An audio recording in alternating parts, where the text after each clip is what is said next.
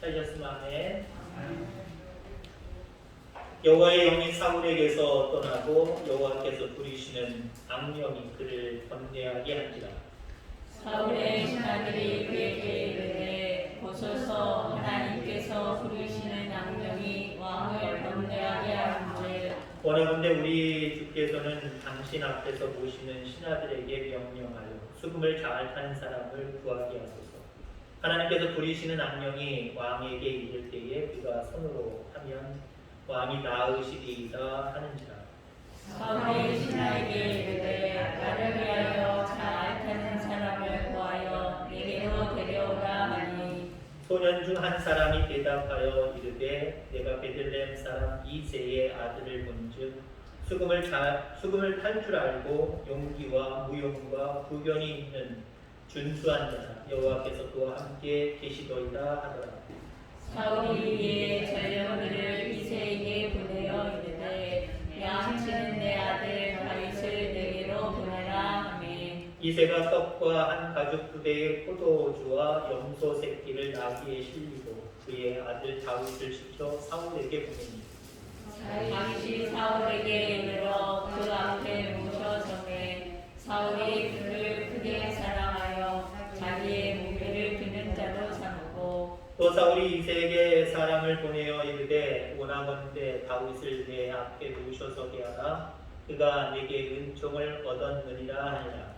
하나님께서 부리는 악령이 사울에게 이를 때에 다윗이 수금을 들고 와서 손으로 탄즉 사울이 상쾌하여 낳고 악령이 그에게서 떠나더라. 아멘. 아멘. 오늘도 귀한 은혜가 여러분들 가운데 흠뻑 젖어지는 귀한 시간 되기를 간절히 소망합니다. 연세, 인간의 연륜이 많으신 우리 분들에게는 좀 죄송하지만 세월이 흐르긴 흐르네요. 저도 10대가 있었고 20대가 있었고 30대, 40대가 있었고 50대, 아직은 멀었지만 60대, 70대, 저도 흰머리가 조금씩 나기 시작을 하면서 검은 머리가 하얀 머리로 바뀌어가고 있습니다. 이런 세월을 저 나름대로도 통감하고 있습니다. 우리 신체 중에서 어떤 게 가장 먼저 늙을까요? 다 다를 거예요. 좀 건강하다고 제가 말씀 미리 드렸습니다만은 저는 이 청각이 제일 먼저 늙었던 것 같아요. 일종의 직업병이라고 이야기도 합니다. 제가 시골교회에서 주로 많이 목회를 하다 보니까 앰프 시설이 참 열악해요. 여기도 사실 열악한 것 중에 하나예요. 이 앰프, 이 마이크를 쓰는 사람들 속에 가장 중요한 앰프는 저것도 아니고 이것도 아니고 자기 귀에 들릴 수 있는 것. 이게 가장 중요한 거거든요. 남들이 안 들려도 내 귀에 들리면 신나서 강의를 하면서 설교를 해요. 근데 나는 잘 안 들리는데 이쪽으로 해서 여러분들이 잘 들려도 스스로 내가 지금 무슨 소리를 하고 있는 것이 잘 듣구나 있는 건가? 뭔가 확실히 잘 안 쓰고 이상해져요. 그래서 앰프가 참 중요한데 아무튼 시골교회에서 오래 있으면서 좋지 못한 앰프 속에서 하다 보니까 자꾸 원성이 소리가 높아지기도 하고 그러면서 이 청각이 많이 안 좋아진 것 같기도 해요. 그 다음에 두 번째로 제 신체 중에 먼저 나이가 들어가는 것은 눈이 아닌가 생각이 되었습니다. 한 5년여 전도, 한 3년여 전부터 글씨가 점점 더 흐릿하게 보이기 시작해요. 사실 이거 처음에 제가 원고를 조그맣게 가지고 다닐 때는 8부터 시작을 했어요. 글씨 크기가 있는 거예요. 컴퓨터에 이런 거 아시는 분들은 글씨 크기가 있는데 8부터 시작을 해가지고 지금은 11, 10도 잘 안 보여요. 어떤 경우 성경을 이렇게 같이 교독하다가도 어느 날 더 심하게 안 보일 때가 있어요. 그러면 근시도 있기 때문에 안경을 제가 벗어야 돼요. 벗어야 실수하지 않냐고 글씨를 읽어낼 수가 있어요. 여러분들도 각자 신체에 늙어지는 부분들이 저랑 똑같을 수도 있지만 각각 다른 부분으로 나타나기도 할 겁니다. 자, 그러면 질문을 조금 바꿔서 여러분들의 마음은 어떤 것부터, 어떤 마음부터 늙어가기 시작을 했습니까? 각각 다 다르겠지만 그리스 철학자 아리스토텔레스 이 사람이 이야기를 했습니다. 사람의 마음속에서 가장 먼저 나이 들어가고 늙는 것은 감사하는 마음이다. 감사하는 마음이 우리 인간의 마음속에서 가장 먼저 늙는데요. 그 얘기는 감사가 점점 사라진다는 거죠. 나이 들어가면서 감사할 줄 모른다는 거예요. 애들 보세요. 애들. 하면 실례로 보면 애들 뭘 줘도 아무것도 아닌데 감사합니다. 감사합니다. 물론 그렇지 못한 아이들도 있지만 그래도 나름대로 교육을 받은 아이들은요 별것도 아닌데 별것 아닌 거 줘도 감사하다고 해요. 근데 나이가 들어가면서 어떻습니까? 돈을 준다면 돈의 액수를 따지지. 옛날에 10원짜리 주고 500원짜리 줘도 그냥 감사합니다 무조건 액수를 모르니까 값어치를 모르니까 감사하다고 했는데 요즘 어른들에게 나이 든 학생들에게 여러분 예를 들어 세뱃돈 준다. 1000원짜리 줘보세요. 겉으로는 혹시 고맙습니다 감사합니다 소리를 들을지는 모르지만 속마음에서 우러나오는 모습으로 고맙습니다 감사합니다 소리는 죄송하지만 못 들을 거예요. 왜요? 요즘 아이들에게 1000원은 값어치가 너무 없는 거예요. 없어도 그만 있어도 그만이고 어른들이 줄 때 그 돈 주면 괜히 져서 욕이나 먹고 있어요. 죄송하지만 값어치가 달라졌단 말이에요. 그리고 그 아리스토텔레스가 얘기한 것처럼 우리의 마음속에서 가장 먼저 늙는 것이 감사하는 마음이기 때문에 나이가 들어가면서 감사가 사라져요. 반대로 불평, 불만이 더 많아지기 시작을 하죠. 여러분 감사가 늙어지지 않길 주의 이름으로 축원합니다. 여러분 육신적으로 늙어지지 않기 위해서 신체적으로 노력하는 것들이 있어요. 요즘엔 눈에 좋은 약도 있더라고요. 그거 먹으면 되고 물론 하나님이 만드신 육체는 암만 좋은 약을 쓰고 좋은 방법을 써도 늙어갑니다. 늙어가요. 근데 마음은 얼마든지 하나님의 도움을 받아서 안 늙어갈 수가 있어요. 그 중에 감사하는 마음. 나이 들어가니까 당연히 감사하는 마음 없어지는 거지만 그렇게 치부하지 마세요. 나이 들어도 감사하는 사람은 감사. 특히 하나님 앞에 나이 들어도 하나님 감사합니다. 하나님 감사합니다. 입술로 늘 고백하고 마음으로 때로는 물질로 늘 감사하는 사람이 있어요. 여러분 감사 불감증 걸리지 않길 주의 이름으로 축원합니다. 많은 것들이 얻어지는 시대 속에서 감사가 자꾸 생략이 되어지는 시대 속에 살아가고 있어요. 여러분들 감사가 불감증이 되어버리면 안 돼요. 당연한 거지 뭐. 당연히 내가 받는 거고 당연히 얻을 수 있는 거고 이거 뭐 그렇게 특별한 것도 아니고 이런 마음이 없기를 바랍니다. 작은 것에도 늘 감사할 줄 아는 저와 여러분들 되기를 주의 이름으로 축원합니다. 천국은 어떤 사람이 가는 걸까요? 이 영국의 격언 중에 있는 말이에요. 천국은 감사하는 사람이 가는 것이다. 그럼 지옥은 유치원생한테 물어봐도 아는데 감사하지 않는 사람이 가는 것이다. 그렇습니다. 영국의 격언 속에서도 천국은 감사하는 사람이 가는 거고 지옥은 감사하지 못하는 사람이 간다는 거예요. 그럼 여러분들 천국 갈 거잖아요. 아멘? 천국 가고 싶다면 간단해요. 늘 감사가 넘치기를 바랍니다. 저는 오늘 그리고 다음 주 저기 다윗처럼 제목하면서 옆에 1이 붙었죠? 2, 3, 4 계속 간다는 얘기예요. 근데 너무 가면 안 되니까 2까지만 갈게요. 오늘이랑 다음 주 다윗처럼이라고 하는 말씀으로 말씀을 증거할 거예요. 다윗은 감사하는 사람이었습니다. 자, 그래서 하나님이 뭐라고까지 말씀을 하시냐면은 사도행전 13장 22절에 보면은 다윗을 왕으로 세우시고 증언하여 이르시되 내가 이새의 아들 다윗을 만나니 내 마음에 맞는 사람이라 내 뜻을 다 이루리라. 내 마음에 맞는 사람이다. 다윗은 감사함으로 하나님 앞에 나아간 사람이었기 때문에 하나님의 마음에 맞았대요. 자, 그래서 오늘 그리고 다음 주까지 다윗이 어떻게 하나님 마음에 맞을 수가 있었을까? 다윗은 어떤 신앙을 가지고 있었을까? 하나님 마음에 맞는 사람은 도대체 어떤 사람일까? 라고 하는 모습으로 여러분들 은혜가 되기를 주의 이름으로 축원합니다. 자, 우선 다윗은요 부모에게는 사랑받지 못했어요. 그러나 하나님께 사랑받은 사람입니다. 자, 이걸 뒤집어서 얘기하면, 우리식으로 얘기하면 어떤 사람이 하나님 마음에 맞는 사람이냐? 세상에서 사랑받는 거 좋아요. 때로는 사랑받지 못해도 괜찮아요. 하나님의 사랑을 받는 사람, 하나님 기뻐하는 사람. 그리고 이미 우리는 하나님의 사랑을 받고 있어요. 그리고 여러분의 노력하에 따라서 더 큰 하나님의 사랑 속으로 들어갈 수 있어요. 그 사람이 하나님의 마음에 맞는 사람이고 앞으로도 맞을 사람이에요. 하나님을 기쁘시게 한 사람이고 앞으로도 하나님을 기쁘시게 할 사람입니다. 성경에 다윗이 본격적으로 등장하는 곳이 사무엘상 16장, 오늘 읽었던 말씀에서부터 시작이 되어집니다. 당시 이스라엘의 왕, 초대 왕이지요, 사울왕입니다. 이 사울왕이 하나님의 첫사랑을 버리기 시작을 해요. 세월이 지나가면서.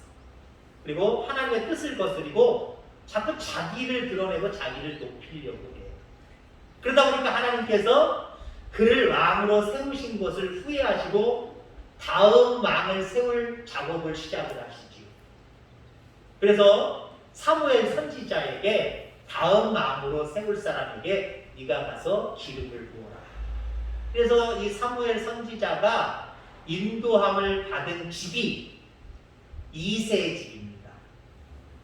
이새의 집. 바로 다윗 왕의 집이에요. 다윗의 집이에요. 다윗의 아버지 집이에요. 자기 집이죠, 한마디로. 자, 그래서 사무엘이 하나님의 영의 인도를 따라서 이새의 집에 갔습니다. 그래서 그 의도를 얘기하고 자식들을 한마디로 손봐요. 누가 왕이 될 사람인가? 선을 본단 말이에요.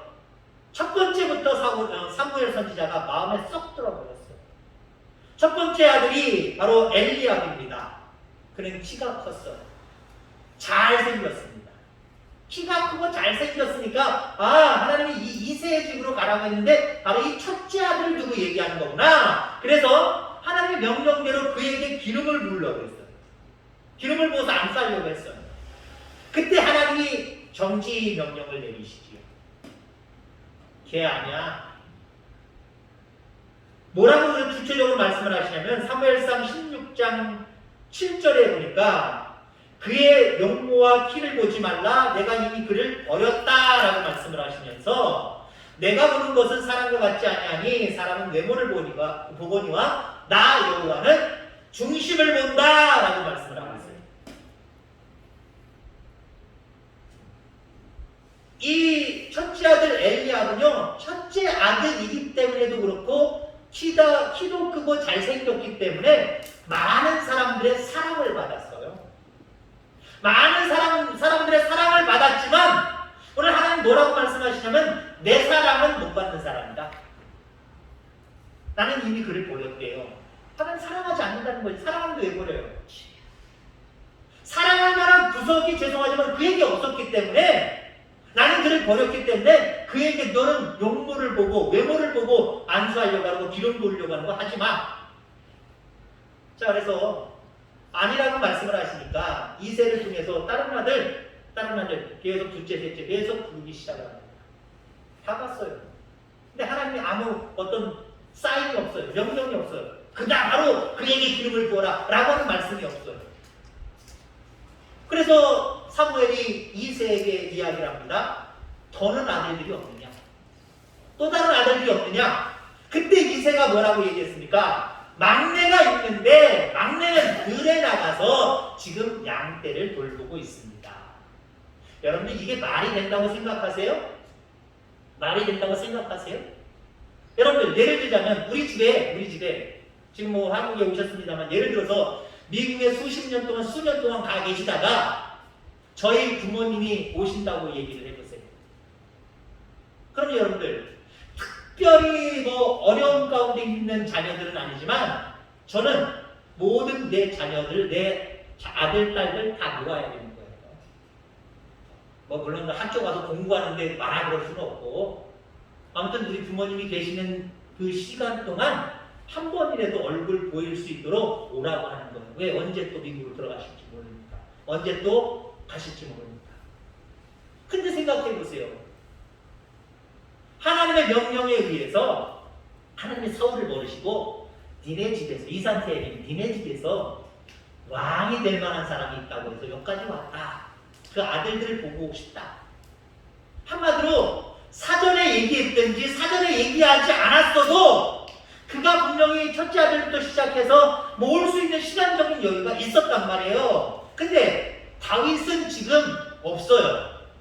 아마 지금 사무엘 선지자가 거기 온다는 것, 자기 집에 온다는 것조차도 몰랐을 수도 있어요. 이건 뭘 얘기하는 거예요? 적어도 그의 아버지에게 다윗은 인정함을 받지 못했다는 거예요. 사랑받지 못하고 있다는 거예요. 네가 무슨, 너는 나가서 일이나 하고 있어. 양떼나 돌보고 있어. 니네 형들은 볼 일이 있어. 아주 귀한 일이 있어. 귀한 분이 오셔. 그분들한테 보여야 돼. 너는 가서 일이나 해. 이게 종이잖아요, 종. 가족이면 어떻게 그럴 수 있어요? 그만큼 아버지에게 사랑을 받지 못했다는 거예요. 여러분들, 그런데 다윗은 어떤 사람입니까? 아버지에게, 가족에게 사랑을 받지 못하였지만 하나님의 사랑을 받았다는 거예요. 하나님의 사랑을 받았다. 아마 다윗은 그것이 가장 든든함이었을 거예요. 내가 아버지에게, 가족에게, 때로는 많은 사람들에게 내가 사랑을 받지 못해도 하나님은 날 사랑하셔. 그것만 생각하면요, 다윗은 어떤 어려움도 극복하고 이겨냈을 거예요. 사울 왕에게 쫓기는 세월 동안 얼마나 불안했을 거예요. 얼마나 잠도 이루지 못하고 정말 근심과 걱정이 얼마나 많았을 거예요. 근데 그가 늘 머릿속에 마음속에 염두해두고 있는 것, 왕도 나를 버리고 죽이려고 하고 많은 사람들도 나를 원수로 생각하고 죽이려고 쫓아오고 아무 사랑을 받지 못하지만 이런 상황 속에도 하나님은 날 사랑하시고, 그게 그 다윗에게 든든함이 되지 않았을까요? 여러분, 그렇습니다. 이 땅에 많은 사람들에게 인정함 받고 사랑받으면 좋지요. 믿음 안에서 이 정도까지 갈 수 있으면 갈 수 있기를 주의 이름으로 축원합니다. 근데 믿음을 떠나서 그렇게만 된다라고 하는 건 좋은 일이 아니에요. 때로는 여러분들, 믿음을 지키기 위해서 가족들에게나 많은 사람들에게 미움을 받을 수도 있고, 미움까지는 아니지만 사랑을 받지 못할 수도 있어요. 그러나 여러분들 가운데 늘 든든함으로 다가오는 것, 하나님은 나를 사랑하신다. 여전히 나를 사랑하신다. 이 믿음 가지고 살아가기를 주의 이름으로 축원합니다. 자, 다윗은 어떤 사람이었을까? 하나님의 마음에 맞는 사람은 어떤 사람일까? 찬양하는 사람입니다. 찬양하는 사람. 부모의 사랑을 받지 못했어요. 그날도 아주 중요한 날인데 그것도 알지 못하고 들에 나가서 양떼를 돌보고 있습니다. 그것도 혼자. 어땠을까요? 이 일들이 처음 일어난 일일까요? 밥 먹듯이 일어난 일일 수도 있어요. 참 외로웠을 거예요. 기분도 좀 쓸쓸했겠지만 참 외로웠을 거예요. 그때마다 다윗이 하는 것 두 가지가 있었습니다. 돌을 잘 만지작거리고, 때는 깨기도 했겠죠. 맹수들이 왔을 때 번질, 돌맷돌, 그거 다듬고 그거 연습하는 거, 그거였어요. 그게 첫 번째고요. 두 번째, 그 쓸쓸함과 외로움 속에 다윗은 무엇을 했느냐?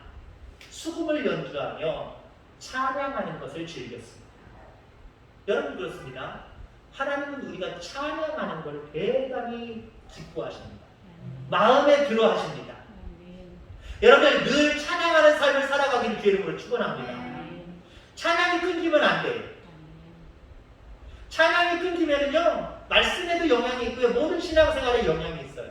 신앙생활 잘하는 사람, 찬양 좋아하는 사람. 잘 부른다는 얘기가 아니에요. 찬양을 좋아하고 늘 입술을 통해서 찬양하는 사람, 하나님이 들어 사용하신다라고 하는 거죠. 다윗이 찬양을 그만큼 좋아했다는 거예요. 나중에 왕이 되어서 한번 보세요. 다윗 왕이 왕이 된 다음에, 다윗이 왕이 된 후에 성가대원이 1000명이나 있었어요. 1000명에서 4000명까지.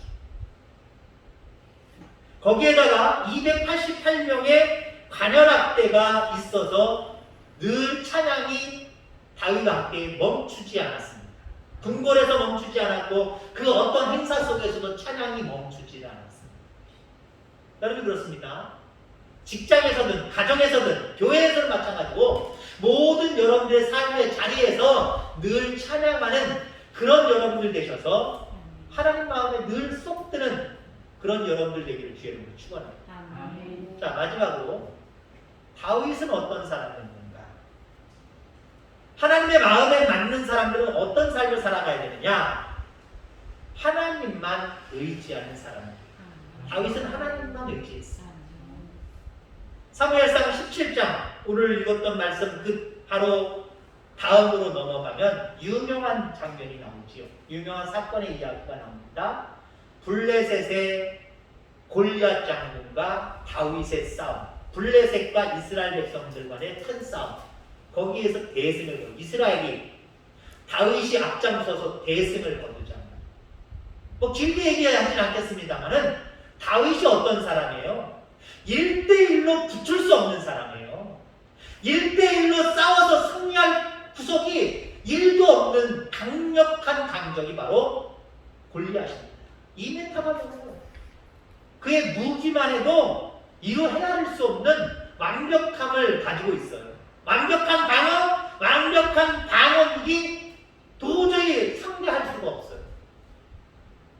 그런 사람이 자기의 그런 어떤 내용적인 든든함과 강함을 빌미로 해서 이스라엘 백성들 앞에 나서서 이스라엘 백성들을 모함하잖아요. 하나님의 백성들을 모함하잖아요.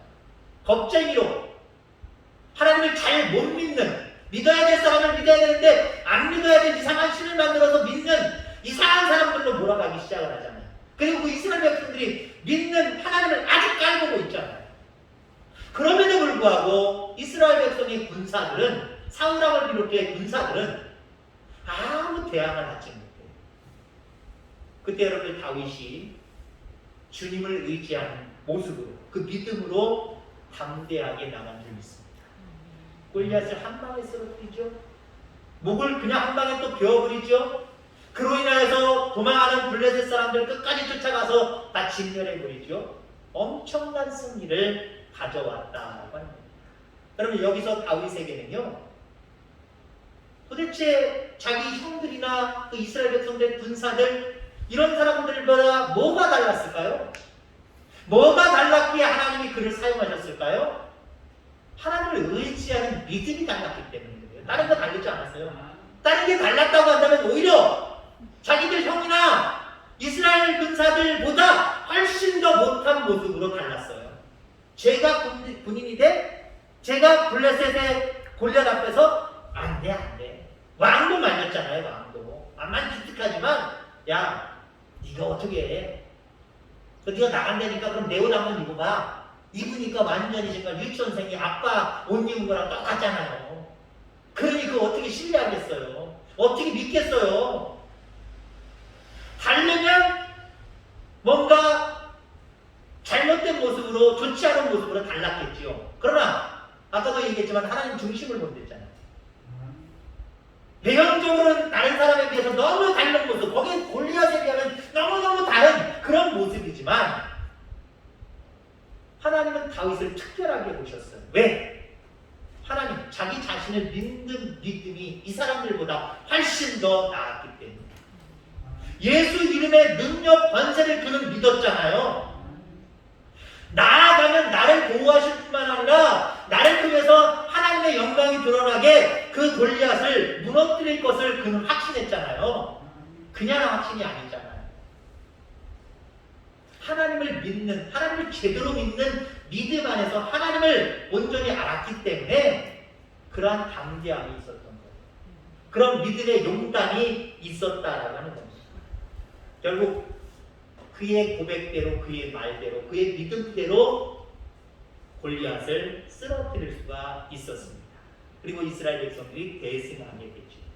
칼이 없어도 칼을 의지하고 방패를 들고 창으로 자신을 의지하는 골리앗을 돌멩이 하나로 죽입니다.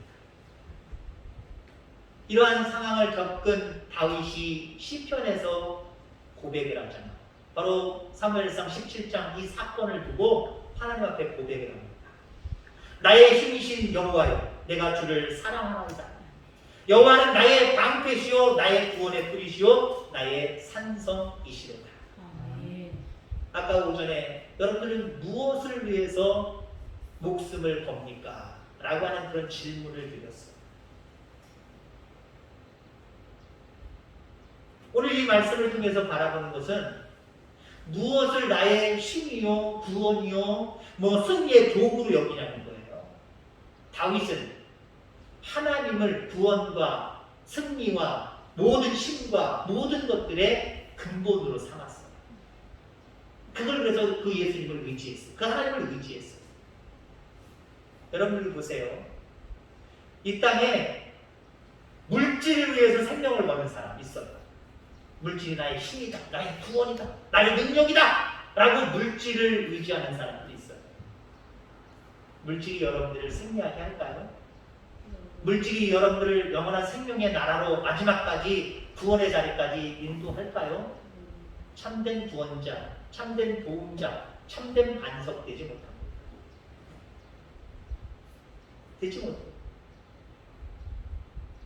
다윗은 여호와 하나님을 구원의 반석으로 여겼습니다.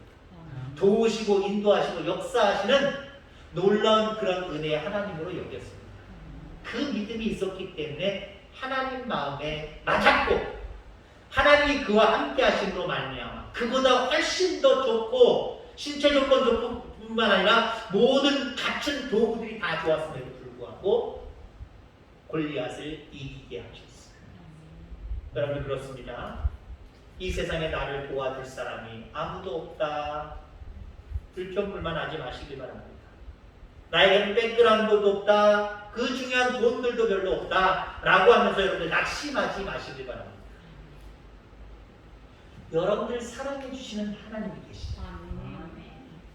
그 하나님이 나를 사랑하시고 나를 품어주시고 내 손을 붙들고 나의 인생길 인도하시는 것을 알면서 여러분 찬양이 끊이지 않기를 바랍니다. 더욱더 그 손을 놓지 말고 그분을 구원으로, 그분을 반석으로, 그분을 힘으로, 직분으로 여기고 그분과 더불어 다윗처럼 그렇게 살아가는 저와 여러분들 다 되기를 주의 이름으로 축원합니다. 기도하겠습니다. 하나님 아버지